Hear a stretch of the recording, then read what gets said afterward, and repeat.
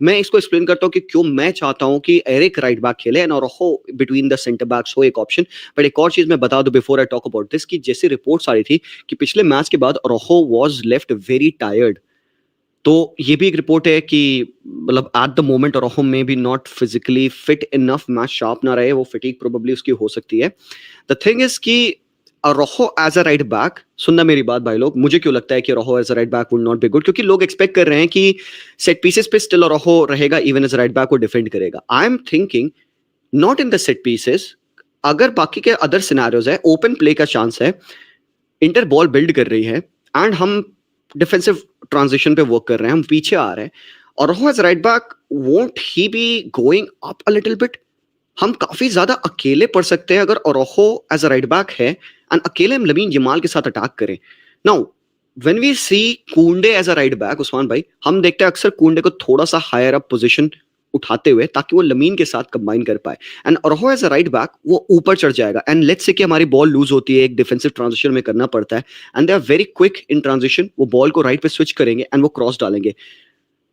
Rojo would be ahead, way ahead to defend those channels even aerially, और long ball पे उनके वो सीधा जाते हैं तो लुतारो एंड थुराम वो राइट और लेफ्ट नहीं जाते हैं, क्योंकि उनके विंग बैक्स इतनी हायर पोजीशन नहीं इस्तेमाल करते हैं while they build up।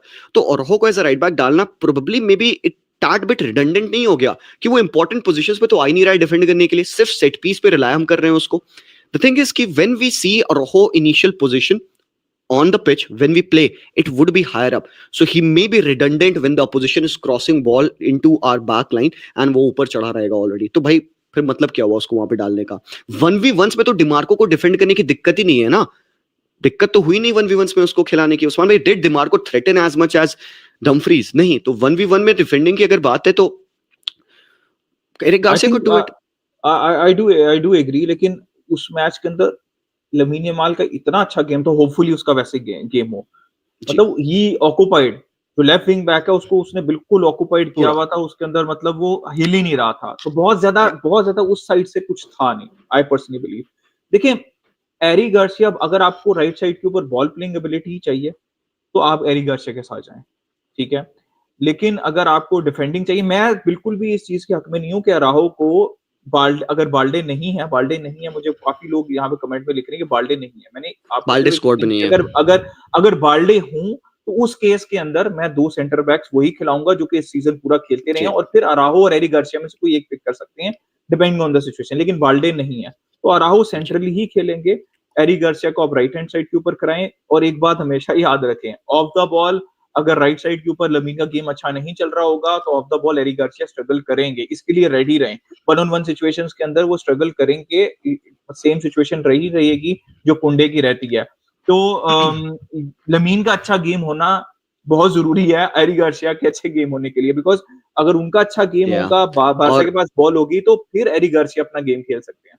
Osman भाई, और ऊपर से इंजागी ने कहा ही है कि वो पूरी कोशिश करेंगे कि लमीन को बॉल ना मिले, and we are talking about एक 17 ईयर लैड जिसको वो मैन मार्क करने की बात कर रहे हैं, not by one player but by two player. And we all know, we have seen, जब लमीन यमाल को हम अकेले छोड़ते हैं तो भाई obviously he is the same player, but उसको हेल्प करना बहुत जरूरी है हमारे लिए। एंड टू हेल्प हिम, हमें एक बात और पता है, डानी ओल्मो का movement, we talked about this, Fermin is more mobile than him, Fermin takes better position than him।